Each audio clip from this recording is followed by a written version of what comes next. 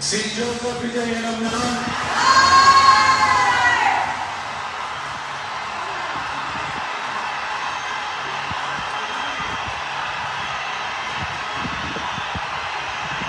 சட்டப்படி அமைக்கப்பெற்ற இந்திய அரசியல் அமைப்பின்பால்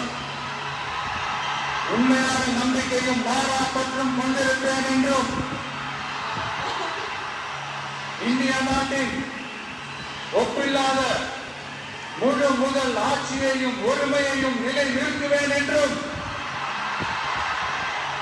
தமிழ்நாட்டு அரசின் முதலமைச்சராக உண்மையாகவும் உழைச்சலின்படியும் என் கடமைகளை நிறைவேற்றுவேன் என்றும் அரசியல் அமைப்பிற்கும் சட்டத்திற்கும் இணங்க அச்சமும் ஒருதலை சார்பும் இன்றி விருப்பு வெறுப்பை விலக்கி பலதரப்பட்ட மக்கள் அனைவருக்கும்